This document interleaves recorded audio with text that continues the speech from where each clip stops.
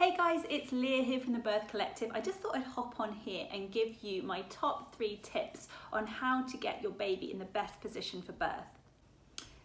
So you may have heard the terms OA or OP or even OT bandied around during your antenatal journey, and I just thought it would be helpful to clarify what these mean and why it's actually important. So the O in all of these terms refers to the occiput of your baby's head. Now the occiput is the back of your baby's skull. So it simply refers to the positioning of your baby's head in the pelvis as you are in labour.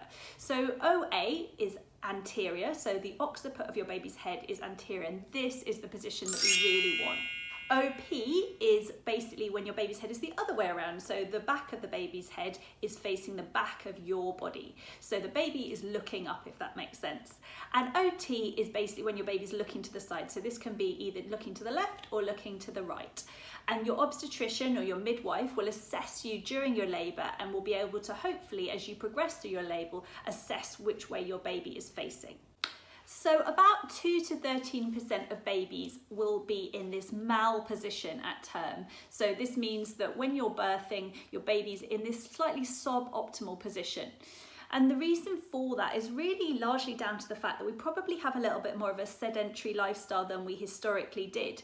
So we may be sat in our car when we drive to work, we probably sat at a desk all day, and then what do we do in the evenings? We get back and we sat on the sofa and we allow ourselves to flop back. So you may be thinking, well, why is this important? Why do I need to worry about this? And I don't want you to worry about this in any way, but what I would say is it's important to be aware of this, because if your baby is in one of the other 2 positions, so OP or OT, it can be a little bit more tricky for your baby to maneuver through the birth canal. And this is simply because of the way that your baby's head is positioned. So when it is in these other 2 positions, it's presenting a slightly wider diameter to the pelvis and can make it a little bit more tricky to move through the birth canal.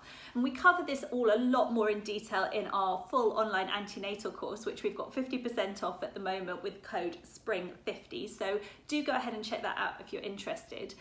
So all of this leads to our babies being allowed to be guided back into this position where they're flopping into that curve of the spine and the head is guided into this occiput posterior position. But don't worry, all is not lost. There are definitely things that you can do to help this. So the main key here is to, towards the end of your pregnancy, from about 32 weeks, to start guiding your baby into a more optimal position. And we can do this by getting into this more forward and open position, so allowing your baby space to move into a position that's better for it to birth. I think it's also really important to mention here that if your baby is in the OP or OT position during the beginning of labour, please don't despair. Often the process of labour will naturally guide your baby's head round to that more optimal OA position, especially if you can move around during your labour and help your baby to get there. So this is definitely not a guarantee that's going to get your baby into the best position for birth, but it's definitely worth trying, and I would suggest that you do this a few times a week. So I'm going to give you my top 3 exercises that you can practice 3 times a week to get yourself in that better position for birth. Exercise number 1 is your cat-cow. So for this first one, you're going to come to an all-fours position. You might want to have a blanket underneath your knees if you haven't got a mat. So in your tabletop position, you've got your legs hip-width apart, and your knees are underneath your hips and your wrists are directly underneath your shoulders.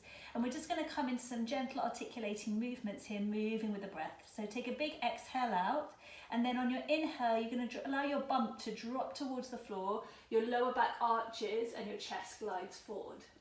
As you exhale, your tailbone dumps down. You're pushing through your hands, doming up the upper back and dropping the head towards the floor. Inhaling, glide the chest forward and allow your belly to draw towards the mat and your lower back to arch. Shoulders draw from the ears. Exhale, tailbone tucks under, rounding through each vertebra at a time, allowing the head to drop last. And then take another couple in the same way, moving with the breath and creating space. Number 2 is your lizard hip rolls.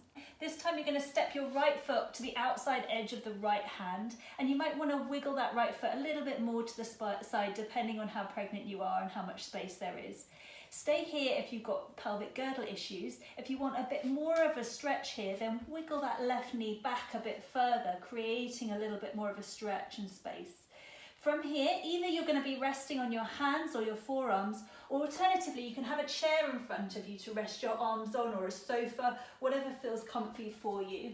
And then you're just going to take some circles here into the hips. So just making big circles as you rock side to side, back and forward. And creating again that space for your baby, and then rotating round in the opposite direction. Allowing your belly to fall towards the floor. And just gently shifting back, and then swapping over to the other leg to do the other side. And number 3 is your warrior against a wall. For this final one, you're just going to need a wall to lean against, and you're going to come into your warrior position in your legs. So step your right leg forward, so it's a couple of inches away from the wall. Left leg comes back, and you can either come up onto the ball of the toe or place the left heel down onto the mat. Bend into that front right leg so that the knee is above the ankle, and then you're resting into the wall. So you can either place your forearms flat down and parallel against the wall, or alternatively wing the elbows out, placing one hand on top of each other and using it as a cushion for the head, really leaning into that front right knee and allowing that stretch to come through into the calf, into the hamstring, and giving your baby space to move forward. Take 5 deep breaths here, in and out through the nose, and then pushing up, swapping legs, and coming in to the left side, same thing. And that's it, you're done. So I hope you found that helpful, and do comment below if you've got any questions or you want to share your experience with us. Some other helpful resources that you might want to check out are the Spinning Babies website, which is a really great resource. And also I have a 30-minute free yoga video on my YouTube channel focusing on aligning your baby for birth, and I'll pop a link in our stories so you can check that out too. Have a lovely day, bye.